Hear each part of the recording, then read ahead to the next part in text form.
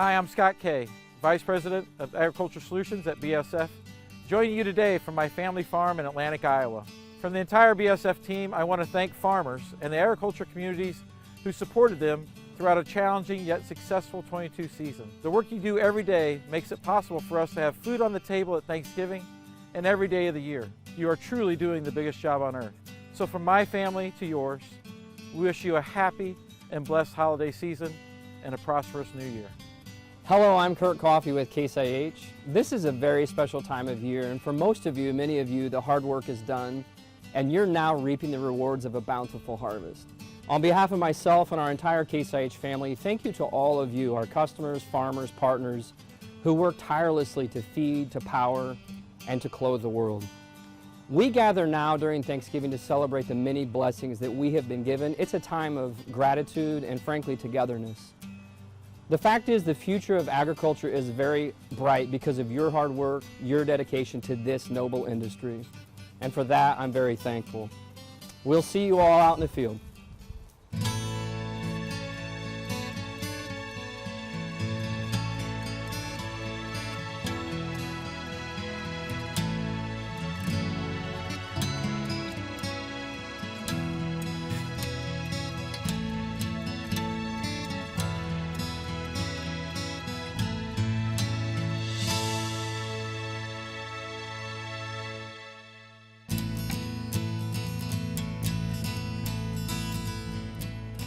Good morning, I'm Clinton Griffiths. Happy Thanksgiving. And I'm Tyne Morgan, and welcome to this year's Harvest of Thanks. Clinton, what a year it's been between rising prices for, well, everything, as well as higher commodity prices. There's also been drought, fires, and severe weather, but the great thing right now, many families are gathering together again as we put the pandemic behind us in the rear view. And something well worth noting as we also celebrate the end of harvest. That's right, and a young farmer just rolled through his second harvest ever. And the way he got his 250-acre farm is quite the story. The roar of harvest, a satisfaction from another season. So we should be good. As brothers Grant and Spencer Hilbert bring in their second crop ever. I think we worked out all the kinks to where now corn, we're going smooth for the first 10 acres here, so. Soybeans, however, were a challenge on their small 250-acre farm located between Iowa City and Des Moines. We were averaging about 5 to 6 acres per breakdown, I'd say. A bumpy start for the first-generation operators. This harvest so far going a bit slower compared to last, but I think corn's a lot more enjoyable than beans do. It's a harsh reality for these experts in virtual reality. Okay, we should be good to fire up the separator. Playing a game called Farming Simulator, Grant is the man behind the mic of popular YouTube channel The Squad. So in 2014, I started a YouTube channel with a buddy. After 2,000 subscribers, I kind of took over the YouTube channel and we were playing Farming Simulator. Today, it boasts more than 1.3 million subscribers. In the evenings during college, I was just, every night I was making a video, and so my goal was every single day for the next 4 years to make a video, and so. Success from a video game simulating farming, while memories from his childhood, riding in the combine with extended family, pulled at his future. Our parents didn't farm. It was our grandparents and aunts and uncles, distant family, so. In 2020 and 2021, Grant pushed all in, taking his YouTube profits and other investments and rolling $1.8 million into physical assets. He bought an Iowa farm. Ran a couple errands and went to the FSA office and got to do all that fun paperwork. It's a new adventure. Right now, we're hobby farmers kind of out here on I call it weekend warrior farmers. And a new YouTube page. Stuff. And so that's what I try to do with YouTube is document the journey, like the real life journey of starting farming. As he and his brother trade simulated harvest for the real thing. Now when we play the game, it's like, hey, we've done this. We've done, we were just kids in our parents' basement playing video games. And now it's like, you really just appreciate it a lot more in real life. While they're still playing Farming Simulator, Grant has a company planning to release its own simulator game called American Farming, built to look like a typical Midwest farm. So this is kind of vacation, but if I could do this full-time someday, it doesn't have to be a crazy amount of acres, but just physically working out here, you know, spending a lot more time working out here, that's the dream, and that's the goal. As he shares every step, perfect or not, with the world. I'm gonna stick with it. My dream ever since a kid was to be a full-time farmer. This is vacation. This is literally what I love, a physical farm. Still ahead, bringing in the harvest can be challenging on a good day. But Clinton, when you're doing it without the backbone of your family, what do? One family didn't need to worry because they coped with a sudden loss with their community as they didn't miss a beat. That's next as our Harvest of Thanks continues. Harvest of Thanks is brought to you by Case IH. Case IH equipment is designed, engineered, and built by farmers. See their stories at builtbyfarmers.com. And by BASF, helping you do the biggest job on earth.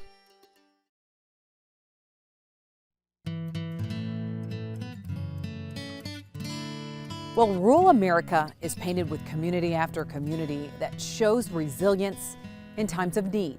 And in Creston, Iowa, that was on full display only a few weeks ago after the sudden loss of a farmer, father, husband, and friend, an able leader whose selfless service made him a staple in the community, and the loss put that community in motion to orchestrate a true harvest of thanks. Paul Baker was a man of faith. My mom and my sister and I spent 5 days with him in the hospital, and he shared with us he'd only missed Mass twice. He missed Mass that Sunday. He made us go. A devout Catholic, his faith flourished. Even on days his health was slowly fading away. He's just a tough old farmer. So I truly believe he waited as long as he possibly could because he's so tough. It all started last December. What the family thought was long haulers from COVID just wouldn't go away. He finally got over part of it, but it just never was a full recovery. What they didn't know until just 5 days before Paul passed, it was something much more severe. I think the diagnosis came through on a Tuesday, and he passed away that Thursday. A man who had never smoked a day in his life had lymphoma that had turned into lung cancer. And I know he didn't want to be in the hospital, and this is why we think it was so quick. We think he just waited till he couldn't. Looking back, his daughters say they now see signs that their dad knew his health would be tested this year. He didn't buy cattle this year. There were just some things he seemed to kind of know, and he would never want to burden us with any of that. A man who always put others before himself was a sudden and deep loss, not only for the family, but the entire community of Creston, Iowa. There's other people in the community knew something was going on. I had a neighbor show up, said, "I'm gonna run some of your beans." Thank God he did. I got to spend Wednesday out the hospital. With corn still left in the field, the community didn't skip a beat, orchestrating a beautiful final harvest for a man who lived a life of integrity. It was a great effort from the community. We had people from 20 miles away. Paul is very respected. There's a lot of people who came. A week after Paul passed, nearly 25 combines and 38 trucks came together for this, a harvest of 600 acres in only 4 hours. Everything works like clockwork. There were captains, and there's like 5 teams, and so it was quite organized. It was very overwhelming. Our family is eternally grateful for what you did, and Dad, he's just up there shaking his head that whole day. We thought, like, just in disbelief, because he was a very humble person as well. I would like to say thank you, and people have come up to me after this has been all over and said, "Were you surprised?" And I said, "No." The kids were little, we would go somewhere when we come home. He would say, "I'm going to take you to the best place on earth," and they'd get all excited like Disney World or something, and we would drive back into the driveway, and he said, "Here we are," and it's true. I just want to thank everyone for everything they did. Paul Baker's memory will live on through acts of kindness throughout Creston, Iowa, a community that truly cares, showing so with the ultimate harvest of thanks.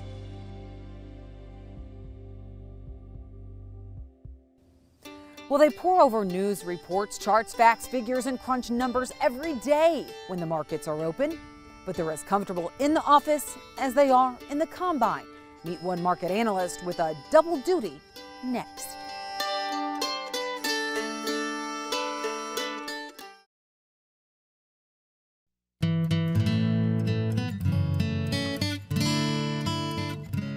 It's easy to get caught up in the hustle and bustle of the day-to-day commodity markets, but for some advisors, life beyond the terminal helps to color their view of the trade. Michelle Rook joins us. And Michelle, now you went from the office to the field with two noted market analysts. That's right, Clinton.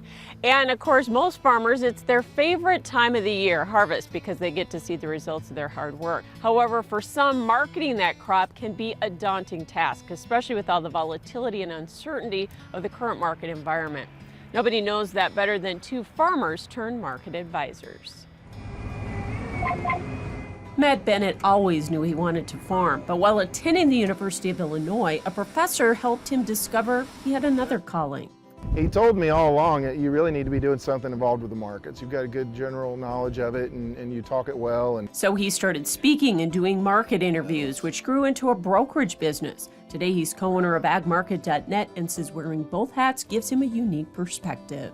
Whenever you're actively involved in farming, you understand that, typically we're not real cash heavy folks. Asset rich, cash poor is the adage, and that is the truth. And it definitely changes your perception of what you need to be doing from a marketing standpoint, how to protect yourself, how to manage risk. And it certainly has served me well in my career to approach things from a, hey, let's defend our profit margins.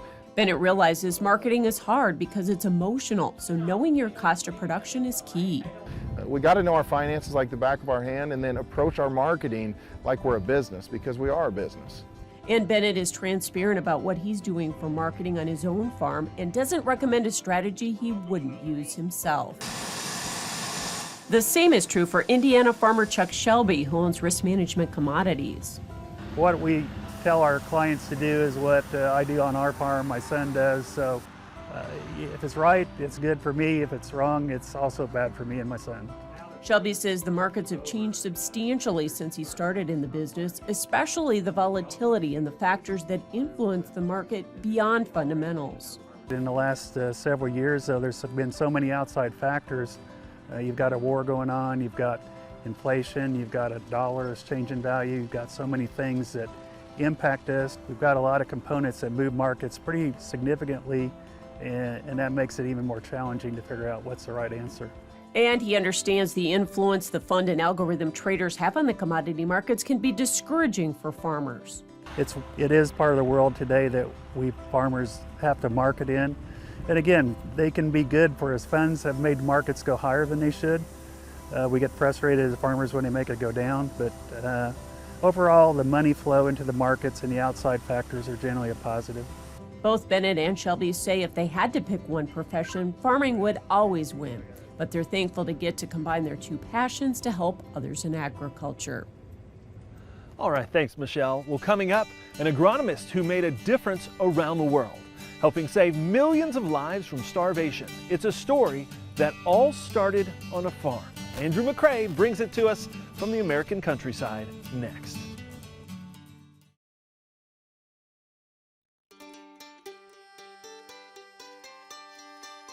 Welcome back. Well, Norman Borlaug was one of the key figures in the Green Revolution who helped farmers grow more and better crops around the world. His work led him to receive the Nobel Peace Prize for the lives he helped save through food and nutrition. He was able to put food on the table for those who may have had to go without any food at all. Andrew McCrae takes us to the farm where the story began. South of Cresco, Iowa, you will find a small farmstead with quite a story. By the time that they came to live in this house, which was 1922, Norm was about 8 years old or so, and they had just bought the farm a year or two before that. It was 56 acres. And it later grew to just over 100 acres in size. Tom Spindler is speaking of young Norman Borlaug from the family's farm south of Cresco, Iowa. And I remember Charlotte, his younger sister, said that the family always felt, even when he was a teenage boy, that this guy had something in him that was something special. The family drove Norman 14 miles into Cresco, where he would board for the week, then come home on the weekends to help on the family's farm. Norman's agriculture teacher and his wrestling coach encouraged him to go to college. His grandfather, Nels, helped make that happen.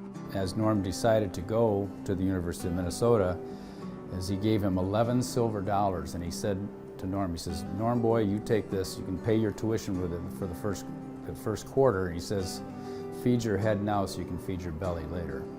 Norman would go on to feed much more than his own belly.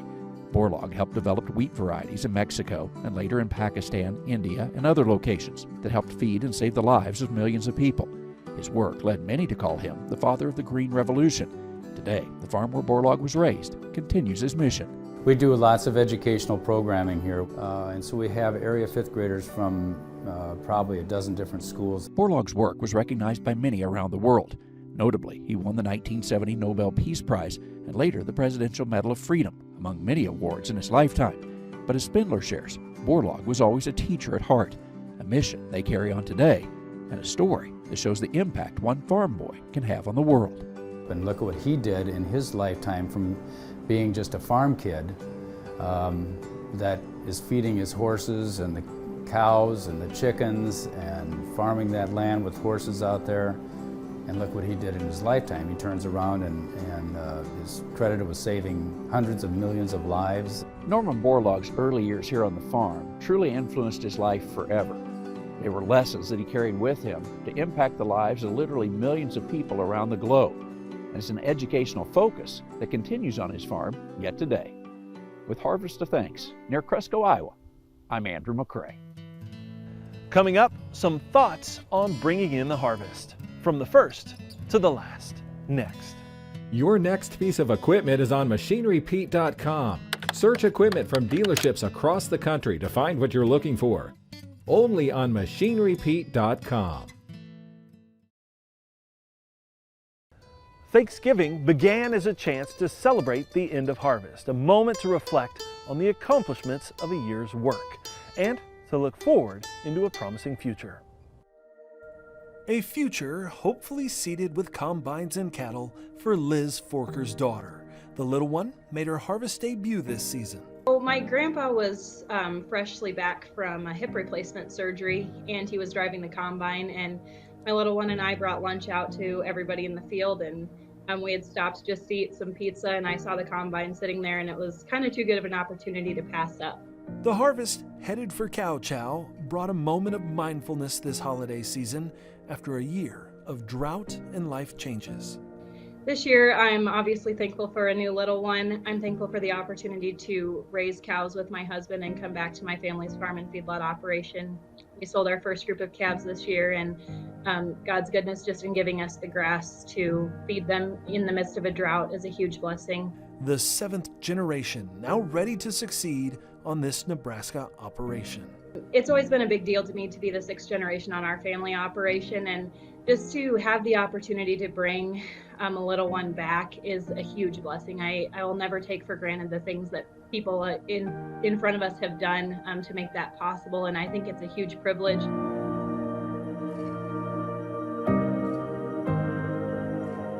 Meanwhile, not the first, but the 50th harvest for Paul Wetter. His son Jonathan was there to see it. Dad's goal this year was to finish his 50th crop, and he was out there the last day. I think that was the 19th of October, and we finished up, and it was a good feeling for him and a goal met. A magical milestone captured by photographer Lexi McDonough. And when she called, I was like, pictures, okay. But yeah, she did a phenomenal job, and the sunset just turned out amazing that night. Picture perfect memories for a family to hold in their hearts as Paul prepares to say goodbye. Diagnosed with pancreatic cancer, Paul's 50th harvest will likely be his last. For him, the views from the combine cab are the best in the world. Described as a stubborn optimist, his lessons from harvest will forever linger. First of all, is just, treat your neighbor like you'd want to be treated. Anybody that knows my dad knows that he has the utmost integrity and has always had that. Be a good steward of the land. And I guess the main one that I take away from it is just be prepared. I'm not kidding when I say we're ready to go to the field in probably the middle of July. Prepared for life's next steps, be they firsts or lasts. May your Thanksgiving harvest be full of the memories and moments that make life worth cherishing. And we want to thank all of you for bringing in another harvest this year. And for all you do to help make this day and this year one in which we are truly thankful. Happy Thanksgiving from all of us at Farm Journal.